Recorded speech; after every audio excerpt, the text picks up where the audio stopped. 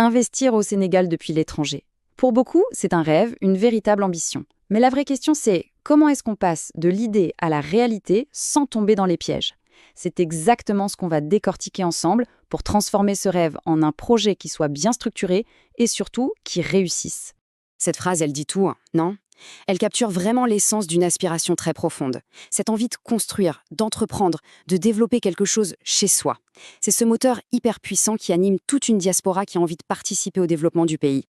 Ok, maintenant plongeons dans le vif du sujet. Le rêve est là, bien sûr, mais la réalité, elle, peut être brutale. Ce qu'on voit ici, c'est le fossé énorme qu'il y a souvent entre l'ambition de départ et le résultat final. Et le point crucial à comprendre, c'est que l'échec, il vient très rarement d'un manque de fond. Presque toujours, c'est un manque de méthode. Alors, pour bien naviguer sur ce parcours, voici notre feuille de route.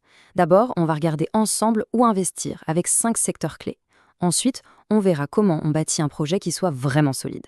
Et enfin, on passera en revue les erreurs à éviter absolument. C'est parti. Allez, première étape de notre plan.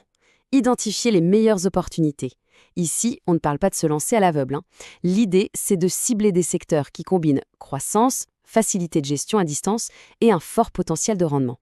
Alors, quels sont ces fameux secteurs? D'abord, on a l'immobilier locatif, qui est porté par une demande énorme en ville. Ensuite, l'agrobusiness, mais attention, avec une approche de transformation locale pour créer de la valeur. Il y a aussi l'énergie solaire, un marché en plein boom. On a également le tourisme de nouvelle génération et bien sûr, les services numériques. Pour bien illustrer le propos, on va se concentrer sur les 3 premiers. Commençons par l'immobilier. Le point qui est vraiment hyper intéressant ici, c'est la demande. Elle explose, mais littéralement, dans des villes comme Dakar où le besoin de logement est juste immense. Et ça, ça crée une opportunité très concrète pour générer des revenus locatifs stables et réguliers. Et en chiffres, ça donne quoi? Concrètement, de quoi on parle? On parle d'un rendement locatif brut qui se situe en moyenne entre 4 et 8% par an. C'est un chiffre solide qui montre bien le potentiel financier de ce secteur quand on s'y prend bien. Passons maintenant à l'agrobusiness. Là, la stratégie qui gagne, ce n'est pas juste de produire, c'est de transformer sur place. Imaginez, on prend des produits comme la mangue ou le moringa.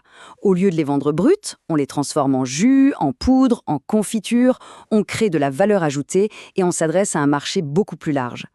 Et le 3e secteur clé, c'est le solaire. Et là, attention, c'est un marché qui est en pleine ébullition. L'accès à l'électricité, ça reste un défi majeur en dehors des grandes villes. Et ça crée une demande colossale pour des solutions décentralisées. C'est l'investissement qui allie une forte rentabilité et un impact social direct, le combo gagnant. Et cette rentabilité, franchement, elle est spectaculaire. Regardez bien ce chiffre. On estime le retour sur investissement dans le solaire entre 15 et 25% par an. Ça en fait l'un des secteurs les plus compétitifs et prometteurs du moment au Sénégal, sans aucun doute. Bon, maintenant qu'on a exploré le où investir, on passe à l'étape la plus critique, le comment. Avoir une super idée, c'est une chose. La transformer en un projet rentable et sécurisé, c'en est une autre. Et c'est vraiment là que la structure et la méthode font toute la différence. Cette étape, elle est hyper importante, c'est une sorte d'autodiagnostic. Est-ce qu'on se reconnaît dans le profil prudent structuré?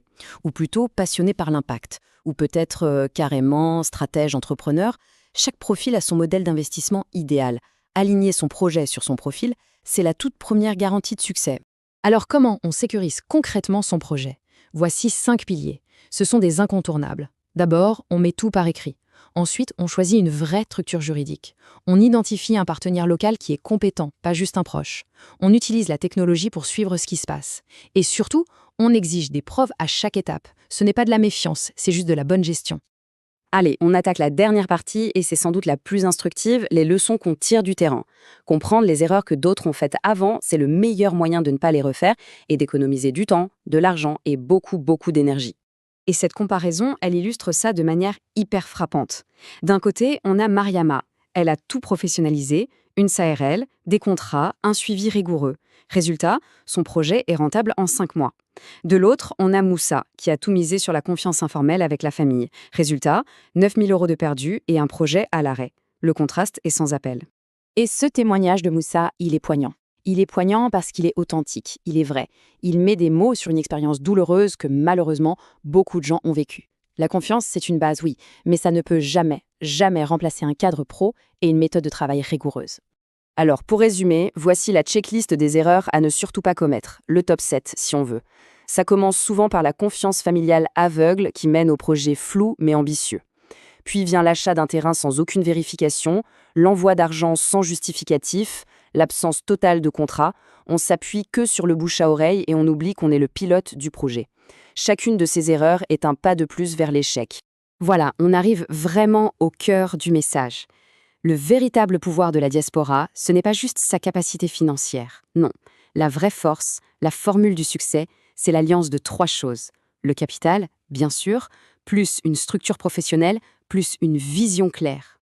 Et pour conclure, cette phrase qui résume absolument tout, le vrai obstacle, ce n'est pas les kilomètres. Le véritable obstacle, c'est l'improvisation. Avec la bonne méthode, la bonne préparation, la distance, ça devient juste un paramètre à gérer et plus du tout une barrière au succès.